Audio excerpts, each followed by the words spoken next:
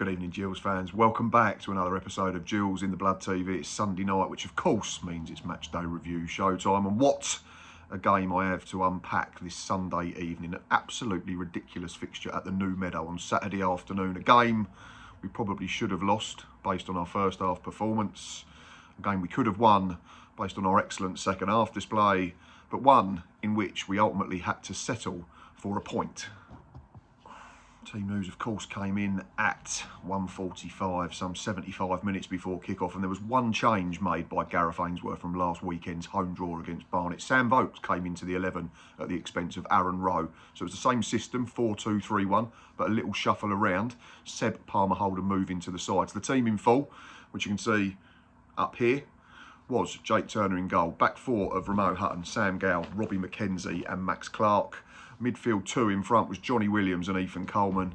Bradley Dack in the 10, who was skipper in the side, and then Gareth McCleary and Seb from the sides. Sam Vokes as the lone striker. On the bench, goalkeeper Tate Holtham. Defensive options were Travis Akamir, Lenny Serino, Nelson Kambeni and Aaron Rowe. Midfield choices, Josh Andrews and the returning Elliot Nevitt were striking options. As always seems to be the case, I seem to say that we start games well. We start with a good intensity, we start on the front foot and we try and pin teams back, whether that's home or away. And that was no different yesterday in Shropshire. And here's a couple of early examples of us playing the game in their third in the early exchanges. Oh, hello. Oh,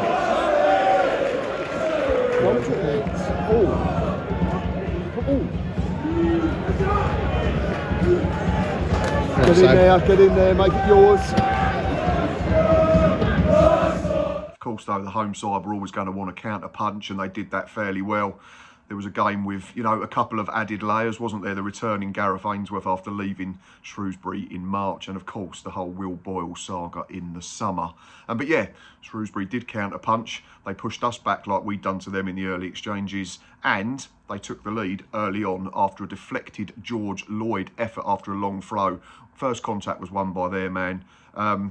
Jake Turner, completely wrong-footed, unfortunately, takes a big whack off of one of our defenders and rolls apologetically in off the post.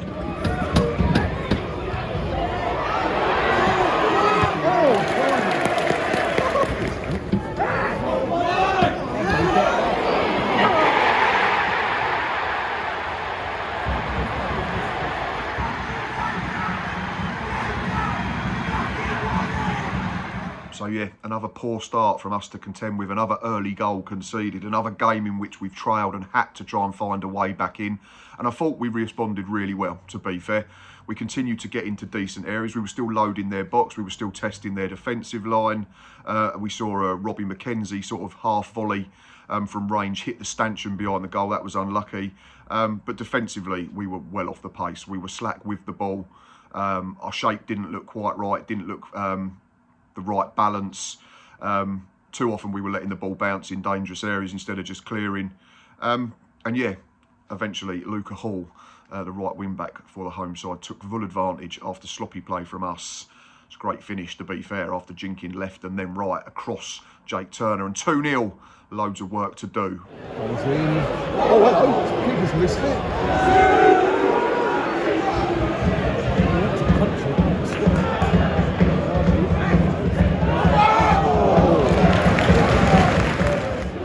We go, that's this. Yes!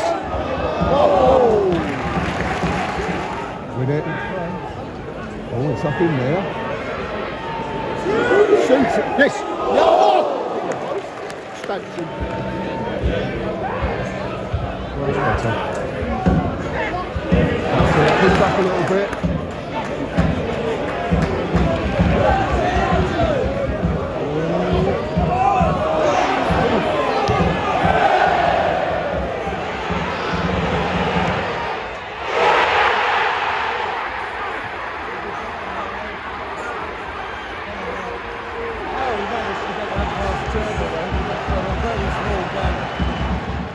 Spoken before the game about Shrewsbury's recent home form. They'd won 3 on the bounce before Saturday, conceding 0, but you had to look at who they played. Cambridge, poor away this season.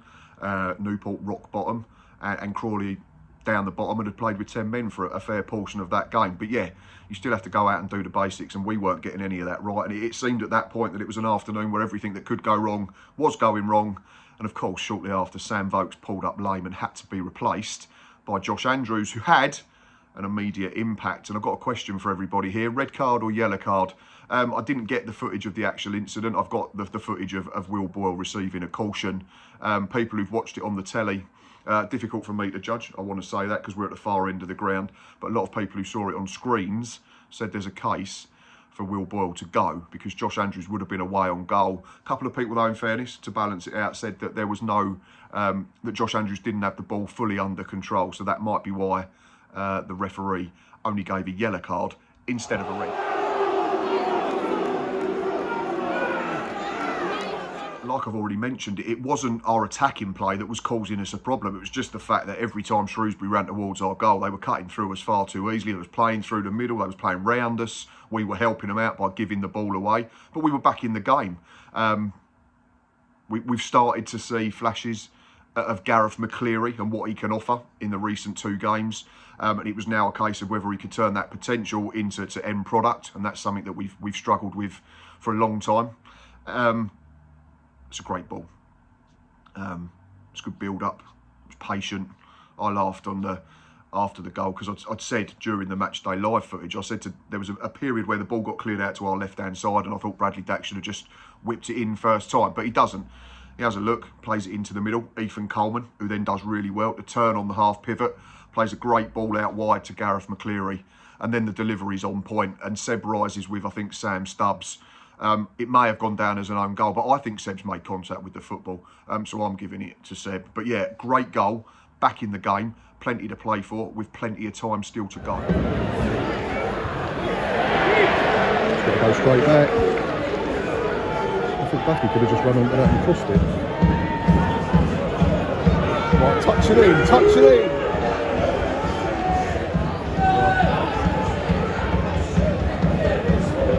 Come on.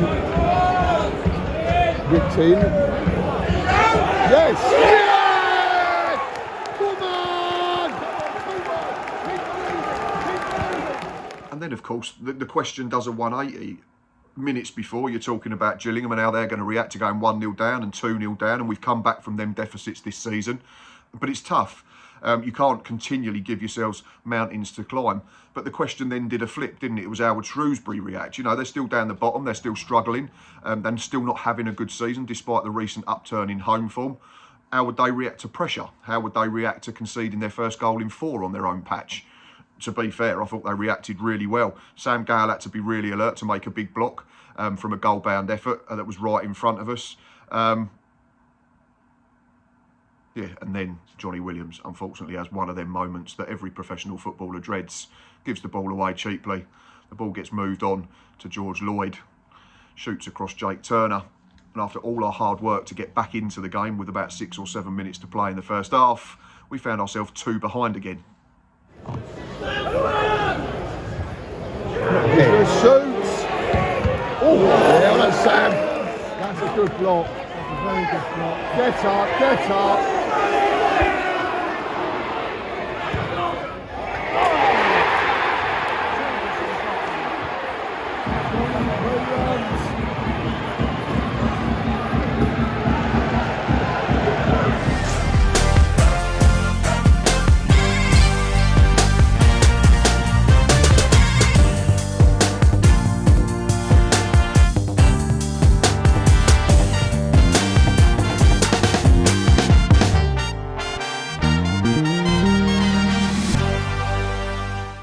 So yeah, 3-1 down at the break, loads to do once more, having got ourselves back into the contest. Questions in the Gills end were, of course, will we make changes? Some people wanted 2 up top. A lot of people were saying maybe take Johnny Williams off. I like Johnny in terms of his work rate and his desire and his love for the football club. We know there's been question marks over his creative numbers since he joined a couple of summers ago. But yeah, there was a case to maybe take Johnny off. I think he's at least partly to blame for the second goal, and he's certainly at fault for the third. He's big enough to know that. But Gareth left the same 11 out there to go and try and rectify things. And to be fair, we absolutely dominated the second 45 from start to finish, didn't we? There was an early snapshot from Josh Andrews that went over after Seb Palmer had managed to use his body to sort of lay the ball off into Josh's path. And yeah, the game was constantly being played in our attacking third. It's got to be a Bromley-esque second half, isn't it?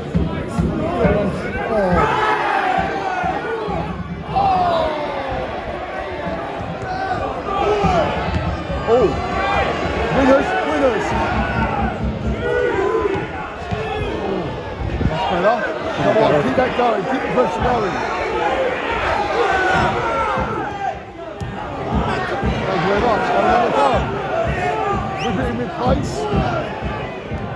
Oh, come on! There's a foul on Andrews there.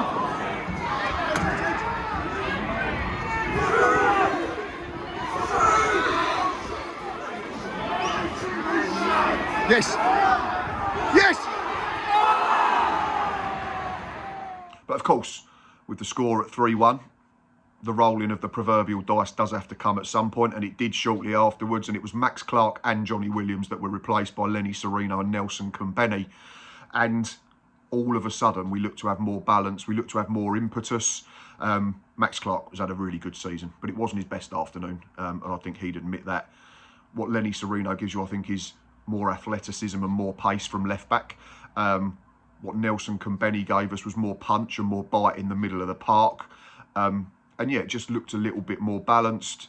So another ball got flashed across their 6-yard line. Unfortunately, no one on the end of it. Then Lenny Serino got involved, won a free kick. I think it was their goalkeeper, Will Brook, flapped at it. Bradley Dack's delivery was on point, and Nelson Kumbenny blazed over. But yeah, you felt at that point that Shrewsbury were perhaps sinking and getting deeper and deeper, and if we could get the next goal, then it was very much game on again. Oh! Better.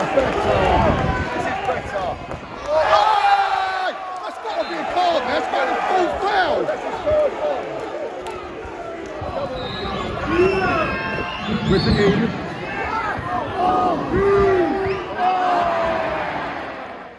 At this point, I think we're using the ball really well. What we're doing is we're stretching Shrewsbury's back line. We're making them move out of their comfort zone. We're getting people into positions they don't want to be in. We're turning them round. Still getting balls into their box, forcing their defenders to head it from under their crossbar. Still forcing Brook to make decisions whether to come and claim or punch or stay on his line.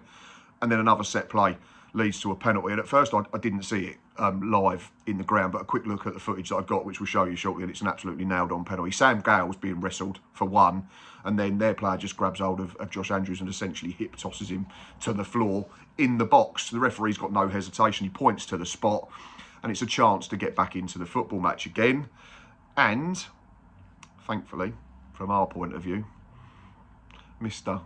I can do absolutely anything, anywhere on the pitch, Mr. Consistency, Robbie McKenzie stepped up, sent Brook the wrong way, and we were back to one behind again.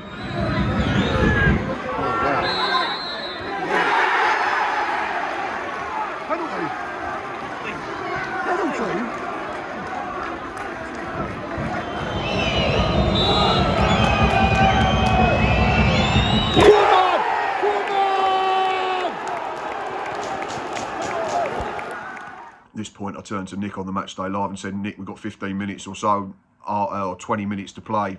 Can we get something? And his response was, yes, absolutely. We're in the ascendancy. As long as we can keep the back door shut and cut out the mistakes that had hindered us first period, there was absolutely no reason why we couldn't create enough chances to score at least one more goal. Shrewsbury's forays into our half, into our third, were a lot more infrequent, weren't they? And it was now up to us to try and open them up again. But what we were doing better was we were making sure that every time they came towards our penalty area, we were making them play the game in front of us. They weren't turning us round. They weren't getting our defenders running towards our own goal. Boot it.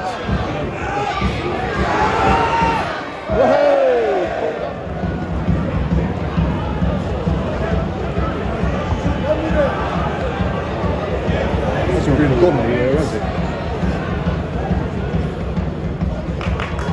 That's a good ball. Take it with you.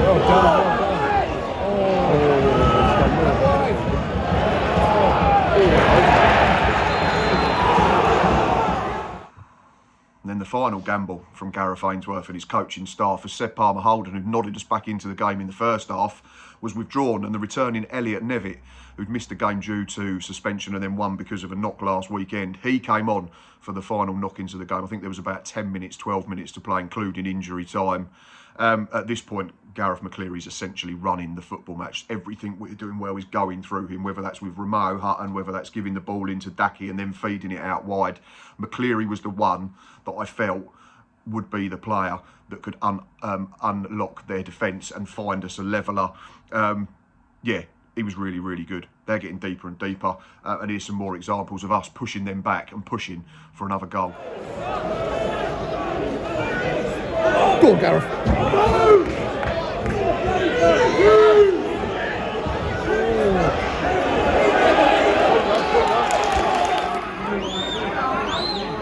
Thank you very much.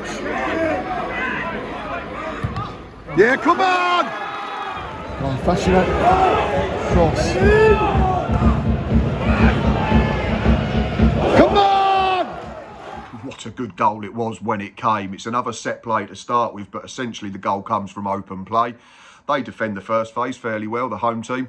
Ball drops to Lenny Sereno, who's on the D's, position himself in a position to recycle. There's cries of shoot from our end. Luckily, Lenny decided to ignore them because it was on his wrong foot, I think. Heads it wide to Ramo Hutton, who then feeds it on to McCleary, who's hugging the touchline, stretching their defenders again. Ball comes into the box, and Elliot Nevitt is the most alert, and it's an absolutely thumping header. Gets across his man.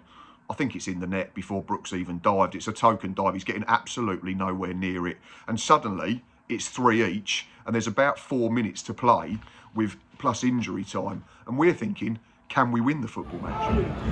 Too much. Too much again. Oh, wrong foot to shoot, to be fair.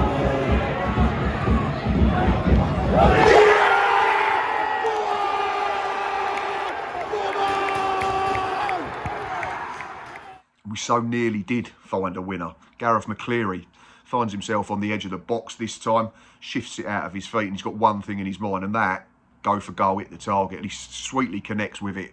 Unfortunately, defender's doing his job, gets a nick on the way through, and it goes just over the crossbar for a corner. There's then a half chance for Josh Andrews after the ball was ping-balling around in the box, and he couldn't quite sort his feet out and didn't get a desired connection. Shortly afterwards, the full-time whistle went. 3 each, mad game. Latest in a long line of crazy ones in this division that we love so much. And yeah, we had to settle for a point. But I think having been 2-0 down and 3-1 down at the break, it's probably a better point for us than it was for them. Of course, we've got to be better in the early stages of matches, and we've got to take that momentum from how we finished this one into next week at Colchester. But all in all, thoroughly entertaining game. Great resilience from the boys. Emptied the tank again. They keep going to the well. They keep finding a way. They don't know when they're beaten. And yeah, 3-3. Absolutely madness. Oh! Corner, come on! Yes.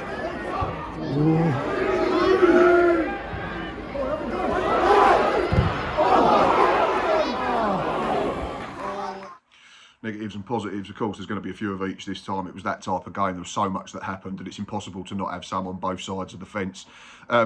First half was not good enough. We know that. We started poorly. In a defensive sense, we never got better, and we continually shot ourselves in the foot, which was frustrating because we looked a threat going the other way and we looked like we could get at Shrewsbury all the time. Yeah, like I've said already, we was allowing the ball to bounce, which we shouldn't be doing. Johnny Williams had one of them afternoons, unfortunately. Max Clark struggled. Too many individual errors. The debate about whether we can play Johnny Williams and Bradley Dack in the same side has reared its head again.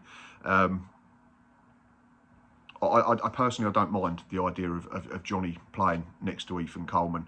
I think it takes pressure off him in terms of being a playmaker because of what I've already mentioned. His numbers haven't been as we desired since he arrived at the club.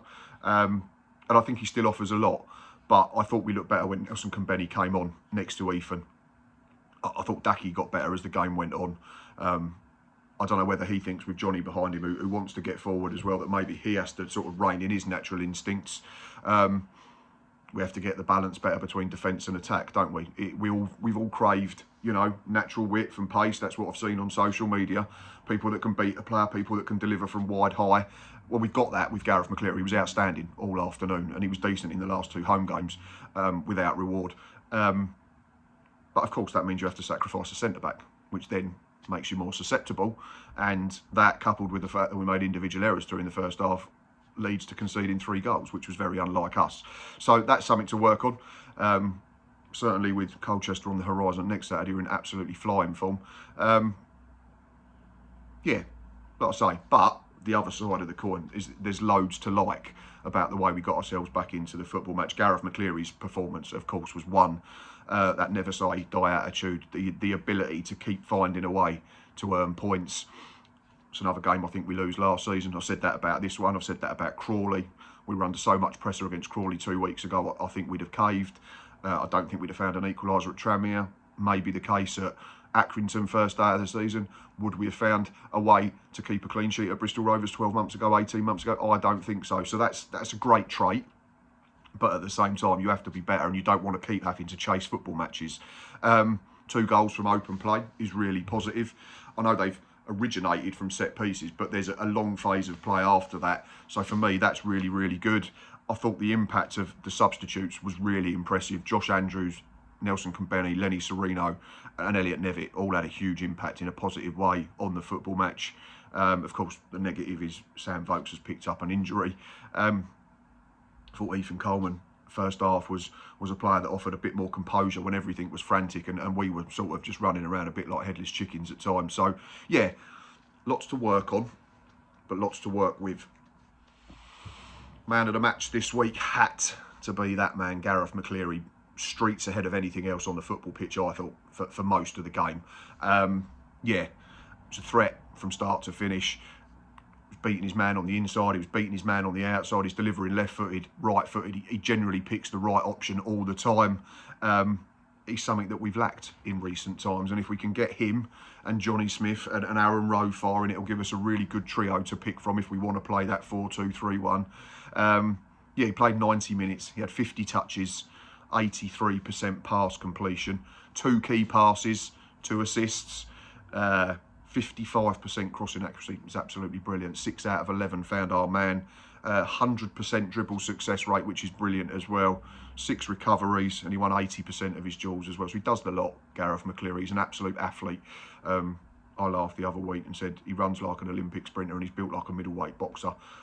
If we can get that Gareth McCleary on a regular basis, we'll be absolutely fine, and we'll score plenty of goals. So yeah, easy man of the match for me, Gareth McCleary. The draw, of course, sees us drop out of the playoff zone for the first time in a while. We're down to 8th now, but it's such a congested division that I still think we're in a good place.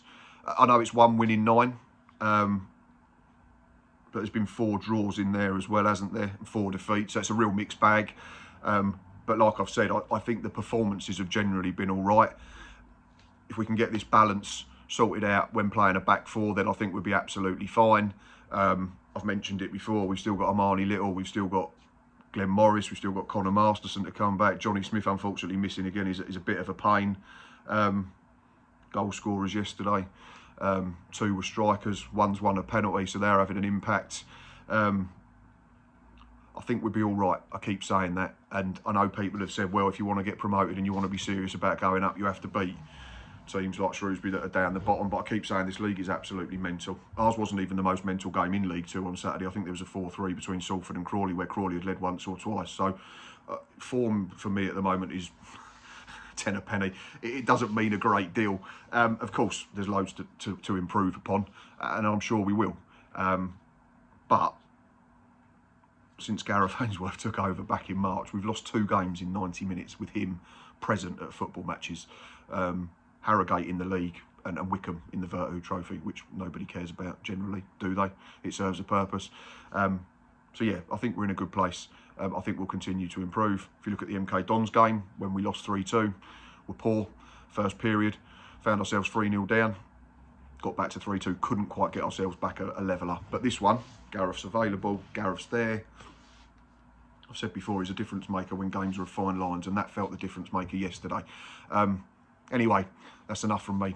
thanks for watching me waffle on again about another football match. I really do appreciate it, whether you're a Gills fan, a Shrewsbury fan or a neutral. Let's go for 50 likes on this one, please. Yeah, if you can share it, I really, really appreciate it, because it keeps moving the videos up the list. If you can hit like I say, that's brilliant. If you can press subscribe while you're there, it really, really does mean the world. Be back Monday, of course, 7 PM, myself and Lee for the League 2 hour, looking back on another bonkers weekend in the 4th tier. And then Wednesday be preview time ahead of a trip to Colchester next Saturday for a lunchtime kick-off. And of course, myself, Nick and Ava will be at that game for another Match Day Live. But until then, as always, thanks for watching, and most importantly, up the Gills.